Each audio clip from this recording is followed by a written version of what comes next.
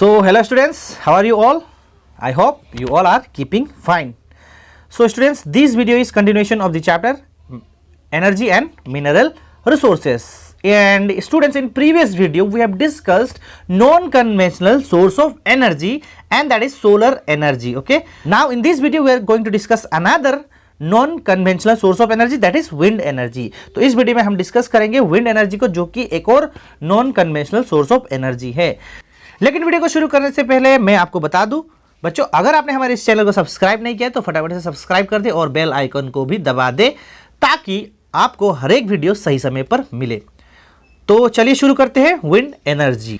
Wind is also an important source of non conventional source of energy, यानी कि बच्चों wind भी solar energy की तरह एक बहुत ही important non conventional source of energy है। ठीक है, यानी कि ऐसा सोर्स ऑफ एनर्जी जिसे हम पिछले कुछ सालों से इस्तेमाल करते आ रहे हैं, और ये सोर्स ऑफ एनर्जी जो है इनएग्जिस्टेबल सोर्स ऑफ एनर्जी है और ये रिन्यूएबल सोर्स ऑफ एनर्जी भी है। तो बच्चों विंड एनर्जी को हम डायरेक्टली इस्तेमाल करते हैं, यानी कि यूटिलाइज करते हैं, और उससे हम मैकेनिकल एनर्जी प्रोड्यूस करते हैं। अब उसके लिए होता क्या है, उसके लिए विंड मिल्स होते हैं, यानी कि बड़े बड़े पंखे लगाए होते हैं। आपने देखा होगा पिक्चर्स में, किसी वीडियोज में, तो बड़े बड़े पंखे लगाए होते हैं ओपन स्पेस में, और वो पंखे जो है विंड का वेलोसिटी का कारण से, यानी कि विंड के कारण से वो घूमता है, और उससे एनर्जी यानी कि इलेक्ट्रिसिटी जनरेट किया जाता है, और जिसकी मदद से वाटर को पंप किया जाता है, यानी कि पानी को अंडरग्राउंड वाटर को पंपिंग करके निकाला जाता है। और उसके अलावा इस एनर्जी की मदद से बहुत सारे फ्लोर के मिल्स भी चलते हैं, यानी कि जो आटे बनते हैं, आटे के मिल्स भी चलते हैं। आप कह सकते हो कि बहुत सारे मिल्स भी चलते हैं। ठीक है, तो अगर बच्चों इस घूमते हुए विंड मिल को अगर जनरेटर के साथ फिट कर दिया जाए, तो ये जो विंड मिल है जो रोटेट कर रहे हैं, ये क्या करते हैं, ये इलेक्ट्रिसिटी को जनरेट करती है। ठीक है, आप देख सकते हैं यहाँ पर ये पिक्चर है, ये है आपका विंड मिल्स का पिक्चर्स। ठीक है, आप यहाँ पर जितने भी पंखे देख रहे हो, ये पंखे क्या करेंगे, ये घूमेंगे। जैसे ही विंड चलेगी, जैसे ही हवा चलेगी, ये पंखे घूमेंगे, और इससे ये पंखे क्या करेंगे, विंड एनर्जी को मैकेनिकल एनर्जी में ये क्या कर देंगे, कन्वर्ट कर देंगे। ठीक है, इस पिक्चर में भी आप देख सकते हो बच्चों, यहाँ पर भी बहुत सारे विंड मिल्स है। अब यहाँ पर ये सागर में इस विंड मिल को सेटअप किया गया है, क्योंकि सागर में कंटिन्यूस हवा चलती है। ठीक है, ये एक एडवांटेज है, इसलिए सागर में इसे फिट कर दिया गया या फिर इंस्टॉल कर दिया गया। अब ये क्या करता रहेगा, रोटेट करता रहेगा, और इससे इलेक्ट्रिसिटी जनरेट होता रहेगा। ठीक है बच्चों, मैं आप लोगों को बता दूं, यहाँ पर कुछ टाइपिंग जो है वहाँ यहाँ पर मिस्टेक है, क्योंकि मैंने वॉइस टाइपिंग किया था, जिसके कारण से यहाँ पर थोड़ा बहुत मिस्टेक आपको मिलेगा, तो इसे आप इग्नोर कर दीजिएगा। ठीक है, so how ever electricity from wind can be generated only in the area of high velocity, यानी कि ऐसा एरिया में केवल इलेक्ट्रिसिटी जनरेट किया जाता है विंड से जहाँ विंड की जो वेलोसिटी है, यानी कि गति है, यानी कि स्पीड है, वो ज़्यादा हो। ठीक है, so nearly 20 kilometre per hour is ideal for this purpose.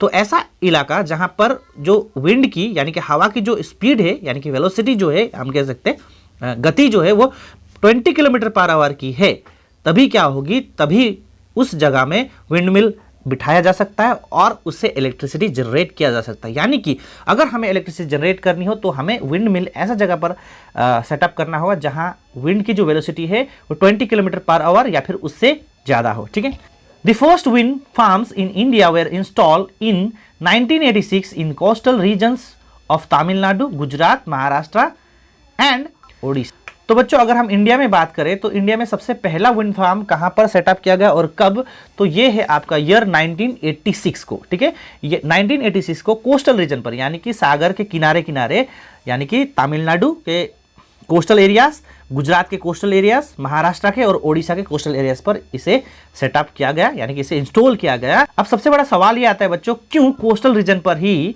इसे इंस्टॉल किया गया? क्योंकि बच्चों कोस्टल रीजन में, यानी कि सागर के आसपास बहुत ही ज़्यादा हवाएं चलती है। ठीक है, और वहाँ का जो हवा का जो वेलोसिटी है वो भी आइडियल रहता है, यानी कि 20 किलोमीटर पर आवर या फिर उससे ज़्यादा रहता है, जिसके कारण से इस रीजन में विंड मिल बिठाना बहुत ही, यानी कि सुटेबल एरिया है, यानी कि रीजन है। और इसीलिए 1986 में सबसे पहला विंड फार्म्स बैठाया गया इंडिया में, कोस्टल रीजन में, तमिलनाडु के कोस्टल रीजन, गुजरात के कोस्टल रीजन, महाराष्ट्र के और ओडिशा के।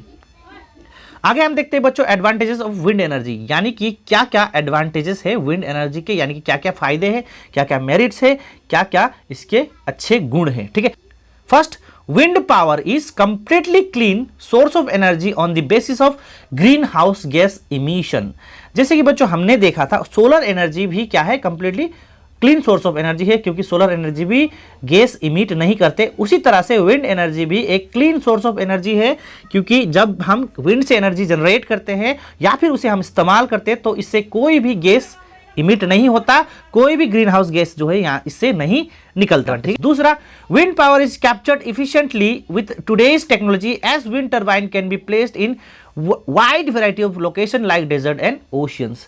तो आज के समय में क्योंकि हमारे पास यानी कि दुनिया में साइंस एंड टेक्नोलॉजी बहुत ज़्यादा तरक्की कर चुका है, तो आज के समय में हम विंड एनर्जी को बहुत ही अच्छी तरह से, बहुत ही इफिशिएंटली हम इसे क्या कर सकते हैं, कैप्चर कर सकते हैं, यानी इसे पकड़ सकते हैं। और बच्चों हम विंड टर्बाइंस को यानी कि विंड मिल को हम बहुत सारे जगहों पर यानी कि बहुत सारे लोकेशंस पर हम इसे इंस्टॉल कर सकते हैं, जैसे डेजर्ट इलाका हो या फिर ओशियंस हो, इसमें भी हम क्या कर सकते हैं, इंस्टॉल कर सकते हैं, क्योंकि डेजर्ट और ओशियंस ऐसे जगह है जहां पर विंड का वेलोसिटी अच्छा खासा रहता है। थर्ड एडवांटेज क्या है बच्चों, good source of energy for the remote areas that are not connected to electric power grid can use wind power to create their own supply of electricity. तो बच्चों विंड एनर्जी जो है बहुत ही अच्छा energy है रिमोट एरियाज के लिए। Remote areas का मतलब आपको पता है, ऐसा एरिया जो कि बहुत अंदर हो, बहुत दूर हो, जहां पर हम थर्मल इलेक्ट्रिसिटी नहीं पहुंचा सकते, जहां पर हम हाइड्रो इलेक्ट्रिसिटी नहीं पहुंचा सकते, ऐसे इलाका पर भी विंड एनर्जी के हेल्प से हम इलेक्ट्रिसिटी जनरेट कर सकते हैं और उस रीजन में इलेक्ट्रिसिटी सप्लाई करके हम उस रीजन को क्या दे सकते हैं, हम लाइट दे सकते हैं, यानी कि हम उस रीजन को उजाला बना सकते हैं। ठीक है। और एडवांटेज नंबर 4 क्या है, it does not cause any pollution. अब यहां पर ये जो एडवांटेज 1 और 4 लगभग सेम है। ठीक है। So it does not cause any pollution, यानी कि विंड एनर्जी कुछ भी पोल्यूशन नहीं करता है। ठीक है, यानी कि एयर पोल्यूशन ये नहीं करता है।